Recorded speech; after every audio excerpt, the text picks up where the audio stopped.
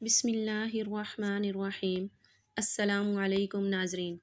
آج سے کروڑوں سال پہلے اللہ تعالیٰ نے اس کائنات کو تخلیق فرمایا، پھر حضرت آدم علیہ السلام کے ذریعے اس کائنات کے اندر انسانی زندگی کی بنیاد رکھی۔ اس طرح اللہ تعالیٰ نے روئے زمین پر بے شمار قوموں کو آباد فرمایا اور ان قوموں کی طرف اپنے بے شمار انبیاء کرام کو مبعوث فرمایا۔ ہر ایک قوم کی طرف مختلف انبیاء کرام ان کی ہدایت کے لیے تشریف لائے، یہاں تک 1,24,000 پیغمبر علیہ السلام اس روئے زمین پر جلوہ افروز ہوئے۔ پھر اللہ تعالیٰ نے اپنے پیارے حبیب حضرت محمد مصطفیٰ صلی اللہ علیہ وآلہ وسلم پر نبوت کا دروازہ بند کر دیا، اور اب قیامت تک کوئی بھی نبی اس دنیا میں تشریف نہیں لائے گا۔ پیارے دوستو، اس طرح بے شمار انبیاء کرام اپنے اپنے وقت میں اپنی قوموں کی طرف آئے اور دنیا سے واپس چلے گئے، لیکن 4 انبیاء کرام ایسے ہیں جو آج بھی زندہ ہیں اور آج بھی لوگوں کی مدد کر رہے ہیں اور ان کو ہدایت کی طرف بلاتے ہیں۔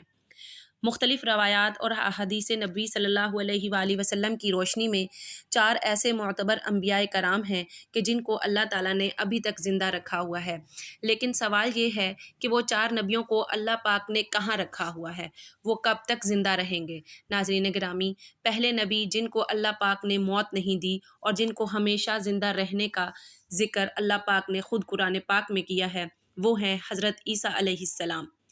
جب حضرت عیسیٰ علیہ السلام نے نبوت کا اعلان کیا تو انہوں نے اپنے ارد گرد کے لوگوں کو جمع کر کے فرمایا کہ میں آپ کو اللہ کے دین کی دعوت دیتا ہوں۔ وہ لوگ یہودی قوم سے تھے۔ انہوں کی دینی کتاب میں لکھا تھا کہ اللہ کا ایک نبی آئے گا جو یہودیوں کے دین کو ختم کر دے گا۔ اس ڈر سے یہودیوں نے آپ کو قتل کرنے کا منصوبہ بنا لیا۔ آپ یہودیوں کو اللہ کے دین کا حکم دیتے رہے، پر ان کو اس کی کوئی پرواہ نہ ہوتی۔ جب آپ علیہ السلام کو یقین ہو گیا کہ اب یہ لوگ میری کسی بات کا یقین نہیں کریں گے، جہالت پر ہی رہیں گے، ایک دن آپ نے سب یہودیوں کو اکٹھا کیا اور کہا کہ آپ میں سے کون اللہ کے دین پر ایمان لائے گا؟ ان میں سے تقریباً 12 یا 19 لوگوں نے اللہ پر ایمان لایا اور کہا کہ ہم مسلمان ہوئے ہیں، حضرت عیسیٰ علیہ السلام ہماری بخشش کا ذریعہ بنیں گے۔ باقی لوگوں نے دین اسلام قبول نہ کیا، یہودی ہی رہے۔ ایک وقت ایسا آیا کہ یہودیوں نے آپ کو قتل کرنے کا پکا منصوبہ بنا لیا تھا۔ انہوں نے ایک توتیہ نوس نامی شخص کو مقرر کیا کہ وہ آپ کو قتل کر دے۔ جب توتیہ نوس آپ علیہ السلام کے پاس جا رہا تھا تو اللہ تعالیٰ نے ایک فرشتے کو حکم دیا کہ جاؤ حضرت عیسیٰ علیہ السلام کو آسمان کی طرف اٹھا لاؤ۔ وہ فرشتہ اللہ کے حکم کی تعمیل کرتے ہوئے آپ کو آسمان کی طرف لے گیا۔ جب آپ آسمان پر پہنچے تو آپ کی ملاقات آپ کی والدہ سے ہوئی۔ آپ کی والدہ نے آپ کو گلے لگا کر پیار کیا تو آپ نے فرمایا، اماں جان، اب ہم روزے قیامت ہی ملیں گے۔ جب آپ کو زمین سے اٹھایا گیا تھا تو آپ کی عمر 33 سال تھی۔ حضرت جبرائیل علیہ السلام تو آپ کو بدلی کے ذریعے آسمان پر لے گئے، پر یہودی باہر کھڑے توتیہ نوس کا انتظار کر رہے تھے کہ کب توتیہ نوس حضرت عیسیٰ علیہ السلام کو ختم کر کے باہر آئے گا۔ کافی دیر کے بعد وہ سارے آپ علیہ السلام کے گھر گئے۔ انہوں نے وہاں ایک شخص کو پایا جس کا چہرہ آپ علیہ السلام جیسا تھا۔ انہوں نے اس کو قتل کر دیا۔ قتل کرنے کے بعد انہوں نے دیکھا کہ یہ چہرہ تو حضرت عیسیٰ علیہ السلام جیسا ہے، پر یہ تو ہمارا بھیجا ہوا توتیہ نوس ہے۔ وہ یہ ماجرا دیکھ کر 2 گروہوں میں تقسیم ہو گئے اور آپس میں ہی لڑنے جھگڑنے لگ گئے۔ اس لڑائی میں بہت زیادہ یہودیوں کا قتل ہوا۔ اللہ پاک سورۃ النساء کی آیت نمبر 157 یا 158 میں اس واقعے کو یوں فرماتا ہے، اور ان کے اس کہنے یعنی فخریہ دعویٰ کی وجہ سے بھی کہ ہم نے اللہ کے رسول مریم کے بیٹے عیسیٰ مسیح کو قتل کر ڈالا ہے، حالانکہ انہوں نے نہ ان کو قتل کیا اور نہ ہی انہیں سولی چڑھایا، مگر ہوا یہ کہ ان کے لیے کسی کو عیسیٰ علیہ السلام کا ہم شکل بنا دیا گیا، اور بے شک جو لوگ ان کے بارے میں اختلاف کر رہے ہیں وہ یقیناً اس قتل کے حوالے سے شک میں پڑے ہوئے ہیں۔ انہیں حقیقت حال کا کچھ بھی علم نہیں، مگر یہ کہ گمان کی پیروی کر رہے ہیں، بلکہ انہوں نے حضرت عیسیٰ علیہ السلام کو یقیناً قتل نہیں کیا۔ اللہ نے انہیں اپنی طرف آسمان پر اٹھا لیا، اور اللہ غالب حکمت والا ہے۔ حدیث نبوی صلی اللہ علیہ وآلہ وسلم ہے کہ حضرت عیسیٰ علیہ السلام قیامت سے پہلے زمین پر آئیں گے اور سنت نبوی صلی اللہ علیہ وسلم کے مطابق زندگی بسر کریں گے۔ آپ علیہ السلام سلیب کو توڑیں گے، دجال کا جڑ سے خاتمہ کریں گے، تقریباً 7 برس تک دنیا میں زندگی بسر کر کے اللہ کے دین کو عام کریں گے۔ آپ کو مدینہ کی سرزمین گنبد خضرا میں دفن کیا جائے گا۔ اللہ تعالیٰ نے اپنا وعدہ پورا کیا اور حضرت عیسیٰ علیہ السلام کو یہودیوں کے ہاتھوں قتل نہیں ہونے دیا۔ آپ علیہ السلام کو آسمان کی طرف اٹھا لیا۔ جس مذہبوں کا یہ عقیدہ ہے کہ حضرت عیسیٰ علیہ السلام قتل ہو گئے یا سولی پر لٹکائے گئے ہیں وہ دائرہ اسلام سے خارج ہیں، وہ کفر کر رہے ہیں۔ ناظرین گرامی، دوسرے نبی جن کو اللہ پاک نے ہمیشہ کی زندگی عطا کی ہوئی ہے وہ ہیں حضرت خضر علیہ السلام۔ حضرت خضر علیہ السلام اس وقت دنیا میں تشریف لائیں گے جب دجال جاہلیت پھیلانے کے لیے نمودار ہوگا۔ حضرت علیہ السلام ان لوگوں کو اللہ کے دین کا حکم دیں گے۔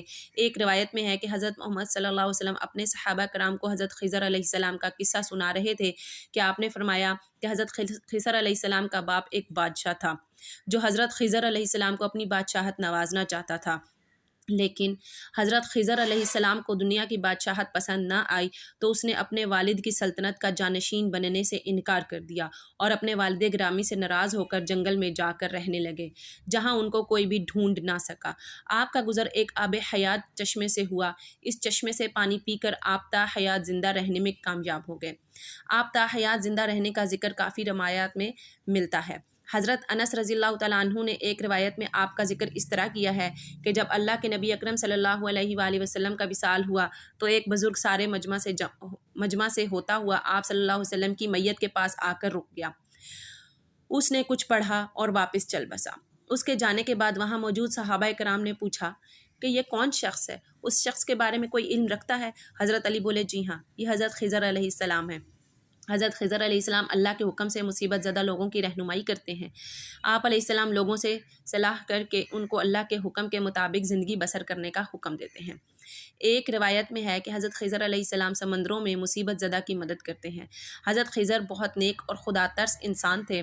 کچھ روایت میں ہے کہ جو بندہ حضرت خضر علیہ السلام کی کنیت ابو العباس بلجا بن ملکان اور اس کے آباء و اجداد کا نام یاد رکھے گا تو اس کو مرتے وقت کلمہ نصیب ہوگا۔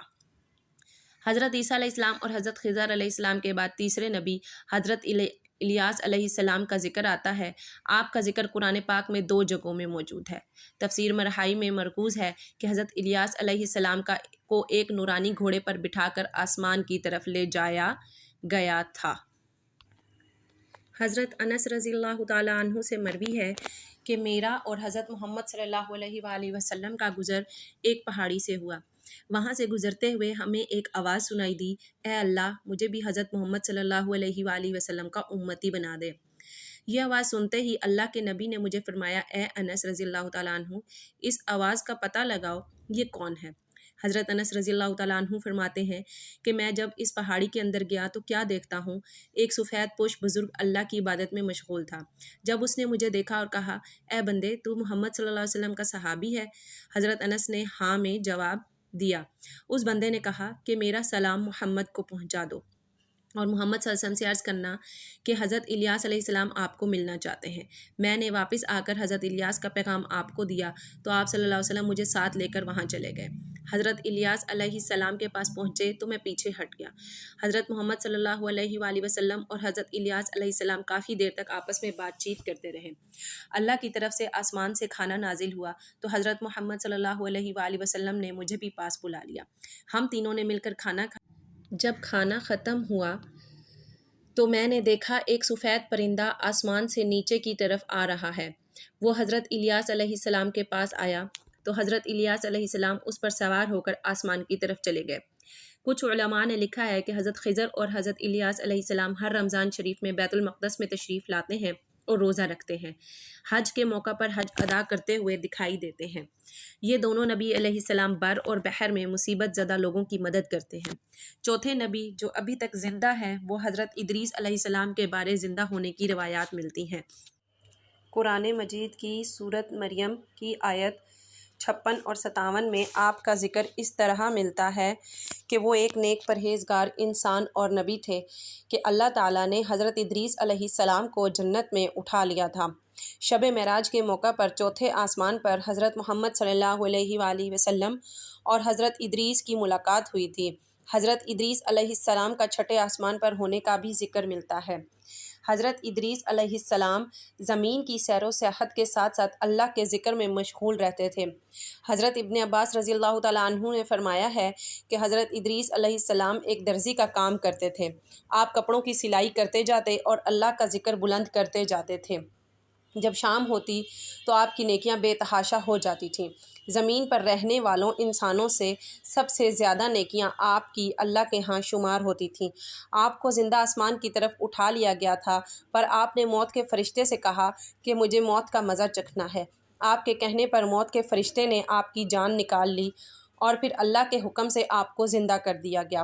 آپ نے فرشتوں سے درخواست کی کہ میں دوزخ کو دیکھنا چاہتا ہوں، پھر آپ کو دوزخ میں لے جایا گیا۔ پھر آپ نے جنت کی سیر کرنے کا کہا، آپ کے کہنے پر آپ کو جنت میں داخل کیا گیا۔ جنت دیکھنے کے بعد آپ نے فیصلہ کیا کہ میں یہاں ہی رہنا پسند کروں گا۔ فرشتے نے آپ کو کہا کہ آپ اپنے مقام کی طرف جاؤ۔